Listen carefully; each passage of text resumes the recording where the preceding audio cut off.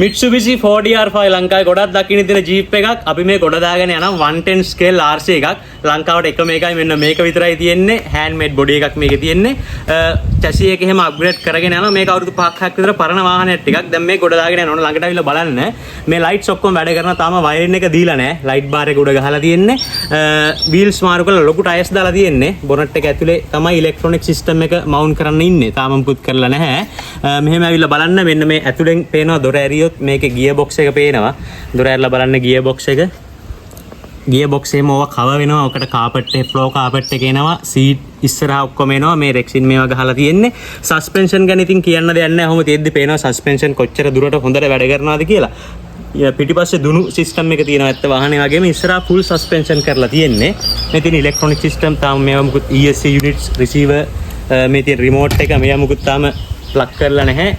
Paint job එක ඉවර කරලා තියෙන්නේ. chassis එහෙම හොඳට axle grease කරලා gear box repair කරලා ඔක්කොම කරලා ගොඩ දාලා තියෙන running side එක ඔක්කොම light bar එකක් ගහලා තියෙන snorkel ගහලා තියෙන. මේ තියෙන seat වාහනේ මේ තියෙන ඉස්සරහා seat එක මේක අර පිටිපස්සේ දෙපැත්තට මෙහෙම එන seat එක මේවා ආයි අලුතෙන් cushion මේ carpet මේවා කරලා ලස්සනට හදලා ගන්න තියෙන්නේ. ඒවා තාම කරලා නැහැ.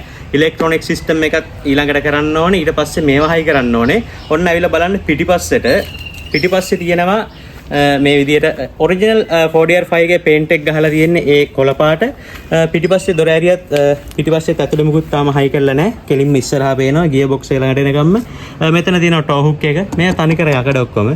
ටෝ හුක් එක තියෙනවා. මේ තියෙන දුනු ටෝ හුක් එක තියෙනවා. මේකේ අපිට ටේලර් එකක් අදින්න පුළුවන්. ඉස්සරහට ලස්සන වීඩියෝස් ටිකක් දාන්නම්.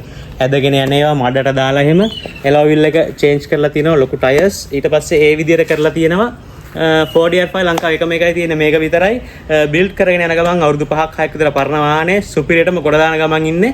ගොඩ දාලා බලමු ඊළඟට මේකේ රනින් වීඩියෝ එක කොහොමද කියලා.